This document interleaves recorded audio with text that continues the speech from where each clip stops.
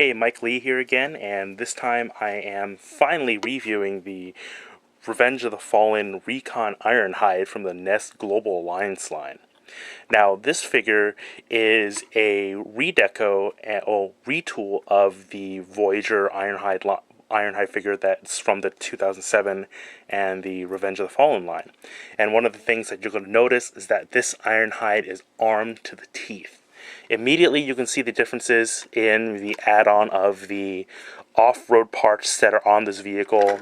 There are these lights, these racks on top, these new smokestacks, which I think look really good, and also this really mean looking front bumper here with additional lights and what appears to be a space for probably a tow winch or something like that in here.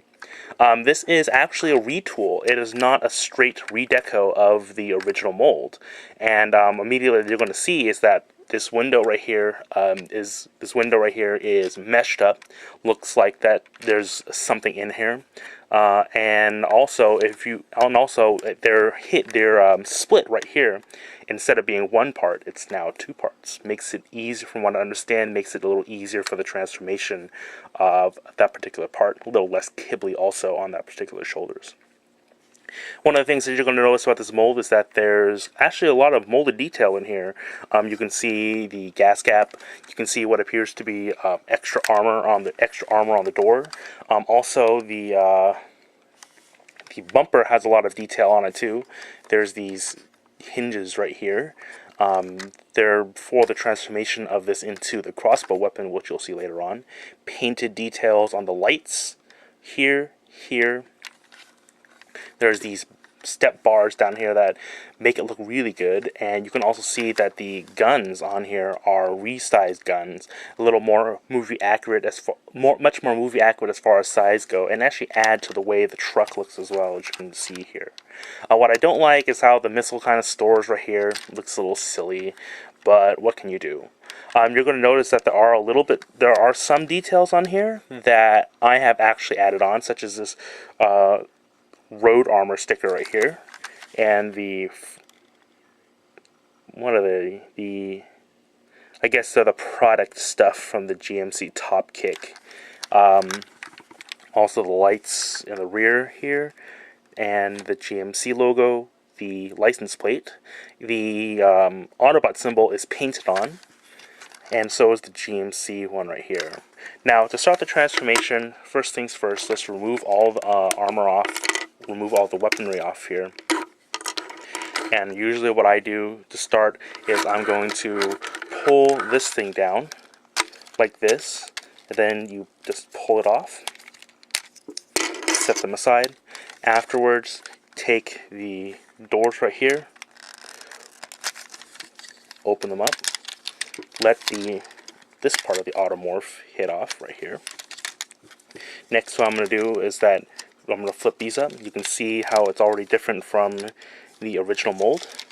Next, I will usually open up the arms like this, put them to the side, turn them around, to the side, turn them around like this. Next, take the legs, open up these panels here on the sides, flip this part down. Here's where it gets a little, if you have never seen the Voyager Ironhide mold, here's where it gets a little weird. Let's flip up this section right here, pull it up, flip out the bars, flip this entire assembly around like this.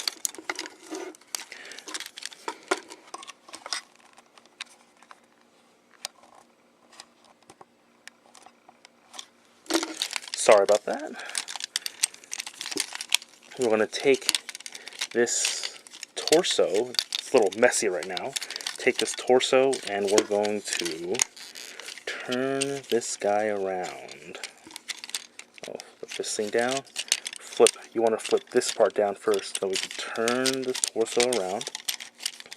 Starting to look a little better now. Flip out the head from the chest. here.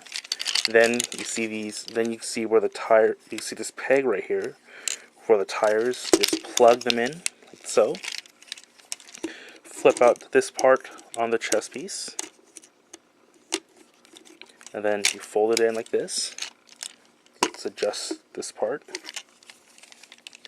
Now, for this part, you want to take the waist and push it in like this. Once you have it pushed in, then you go this part. Then you go right here and you plug this guy in like this, like that.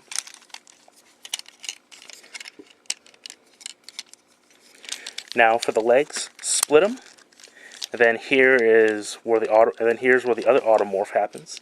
Grip both sides of this and you flip it open, and you're going to see that it takes the wheel back and it slides this panel back. So when you do it again, sometimes it doesn't really work too well.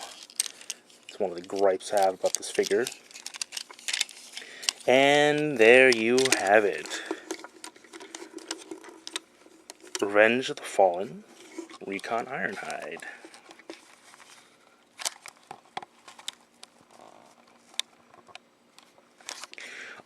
He does have screen accurate weapons. You can pull this missile right off. He does have screen accurate weapons in this case. He does have a little more kibble on his back right here, but I think it actually adds to the look of the figure in general.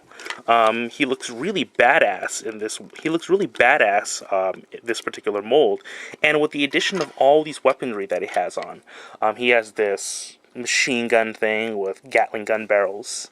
He's got what appears to be a sniper rifle of sorts, a serrated knife, then a short-bladed, and then a Tonto-bladed knife. Now, you're going to notice these clips on here actually clip onto this particular rifle, like so, and you act as a bayonet. And also, these weapon clips on here can clip onto the various parts of Ironhide, such as like this. Now, for his missile firing weapon, what you do is that you take this weapon off right here. Then you take the bumper right here. You place the bumper right on here. Place it just right on here like this. And then you just plug it back into his arm. The missile does fire. It fires pretty well.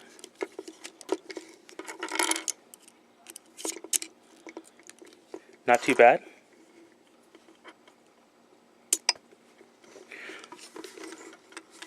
And usually I put the expert knife here. I'll put the gun in his arm. Put the gun in his hand. Then I'll put this gun in his hand too. Oh yeah, this gun can also plug right onto here, like so. So can the other one, if you want to give him free hands. See, we can go like this. So you can see that this Ironhide is just really well armed. My only gripes about this figure in general is that for the Voyager mold, one of the things I don't like about this figure is just how much stuff that he has right around the torso. As you can see, he looks a little silly with all the stuff blocking the side of his vision. And his legs just look a little blocky, and although they can hold poses really well, they don't really look that good. The automorph I feel cripples the figure a little bit, if only because that the problem with the automorph is the same thing from the 2007 mold, is that if you don't do it right, then it desyncs the gears on the automorph. And then you're going to get the case where over time it's going to strip the gears and it's going to reduce the function of this. Overall, I think, although I like this figure, it's definitely not one that I would recommend. As far as articulation goes, it's got a hinge on the knee. A swivel on the thighs, a hinge on the thighs as well. The arm has a hinge right here, a swivel, and a hinge as well. the the other gun removes too. And no waist articulation because of the way it locks onto the figure. But all in all, in the end, I would say that if you're a fan of Ironhide, go ahead and pick up this figure. If you want to void your Ironhide, and if you didn't get the other ones, maybe go for this one. If you like a really gun-laden Ironhide, I certainly do. But other than that, though, I can't really recommend this figure, if only because of the automorph on it that I think really just kind of kills the figure for me. And that's all.